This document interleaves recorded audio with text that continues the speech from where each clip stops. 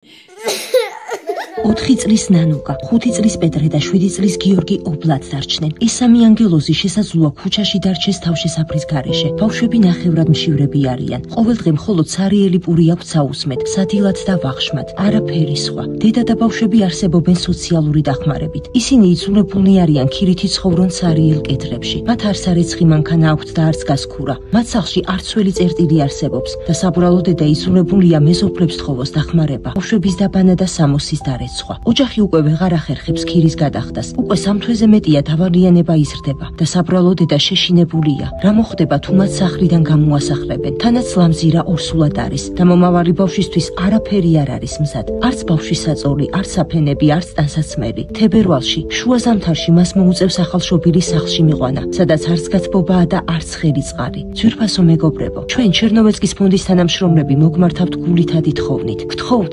იყავით ჩვენს გვერდით და დაეხმარეთ დაუცველ ობოლ ბავშვებს გადარჩნენ ამ არაადამიანურ პირობებში. გადარიცხეთ ნებისმიერი თანხა ჩერნოვეცკის ფონდის ოფიციალური საიტის მეშვეობით.